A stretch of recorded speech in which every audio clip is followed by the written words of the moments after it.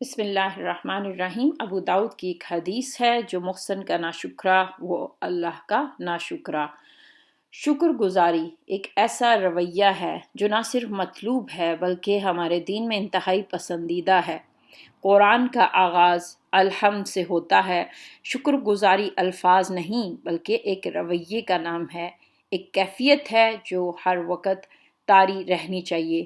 کچھ الفاظ جو اس کے لیے مفید اور مددگار ہیں: شکریہ، تھینک، جزاک اللہ خیر، خوش رہو، تھپکی دینا یا تھمز اپ، دعا دینا، کوئی انعام دینا، حتیٰ کہ مسکرا دینا بھی اس میں شامل ہے، پسند کی ڈش بنا دینا، باہر لے جانا۔ خیال رہے کہ اپنے آپ کو انعام دیتے رہنا بھی ضروری ہے، اس سے آپ کی کارکردگی میں اضافہ ہوگا۔ کچھ اوقات جس میں حوصلہ افزائی اگر کی جائے تو بہت ہی مددگار ثابت ہو سکتے ہیں، اور یہ ہر ایک کے لیے کرنا بھی آسان ہے۔ کھانے کے اوقات میں عموماً گھر والے مل بیٹھتے ہیں تو یہ بہترین وقت ہوتا ہے کہ جس میں آپ ایک دوسرے کے لیے مثبت الفاظ اور حوصلہ افزائی کے جملے بول سکتے ہیں، اور کبھی کبھار یہ گیم کھیل لیں کہ بچے بڑوں کے لیے اور بڑے بچوں کے لیے تعریف کے جملے بول لیں۔ مجھے مما کی یہ بات اچھی لگتی ہے کہ اگر میں مجھے ڈپریشن ہوئی، مجھے ڈر لگ رہا ہے کسی سے، تو پھر مما ہی سمجھاتی ہیں، اور کوئی بھی نہیں سمجھاتا۔ تو یہ بات مجھے مما کی بہت اچھی لگتی ہے کہ وہ ہمیشہ سمجھاتی ہیں۔ حسان کی یہ بات اچھی لگتی ہے کہ اس نے ہمیں اتنا رلایا جس کی وجہ سے ہمیں برداشت کرنا ہم سیکھا۔ عفان مجھے اس لیے اچھا لگتا ہے کیونکہ وہ بہت کیوٹ ہے۔ مما کی مجھے آواز بہت اچھی ہے۔ عفان اب آپ بتائیے۔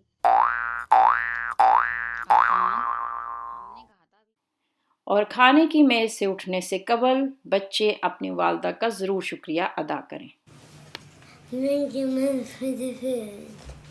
اس کے علاوہ سونے سے قبل کچھ جملے: ویل ڈن مریم، آج آپ نے اسمبلی میں بات کی تھی، ٹیچر کہہ رہی تھی you spoken with confidence, well done.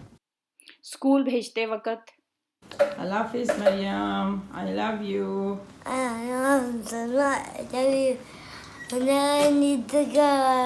Have a nice day.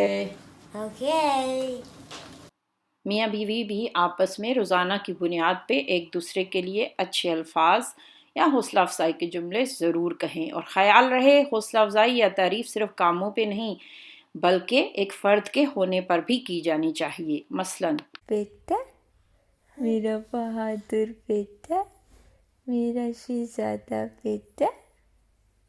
ہاں، ایک نوزائیدہ بچہ کچھ کر نہیں سکتا، اس کے باوجود سب اس سے بہت پیار کرتے اور اس کی حوصلہ افزائی کرتے ہیں۔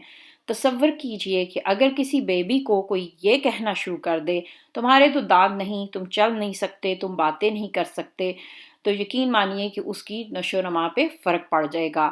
لہٰذا تعریف اور حوصلہ افزائی بینگ کے لیے بھی کی جا سکتی ہے: تمہاری آنکھیں بہت پیاری ہیں، تمہاری آواز بہت خوبصورت ہے، یا تمہارے بال بہت خوبصورت ہیں، وغیرہ وغیرہ۔ جھوٹی تعریف سے اجتناب کیجیے، یا کچھ ایسے جملے کبھی نہ بولیے جو کبر اور غرور کا باعث بنے، مثلاً یہ کہ تمہارے جیسا کوئی اور نہیں، یا تم سب سے بہتر ہو۔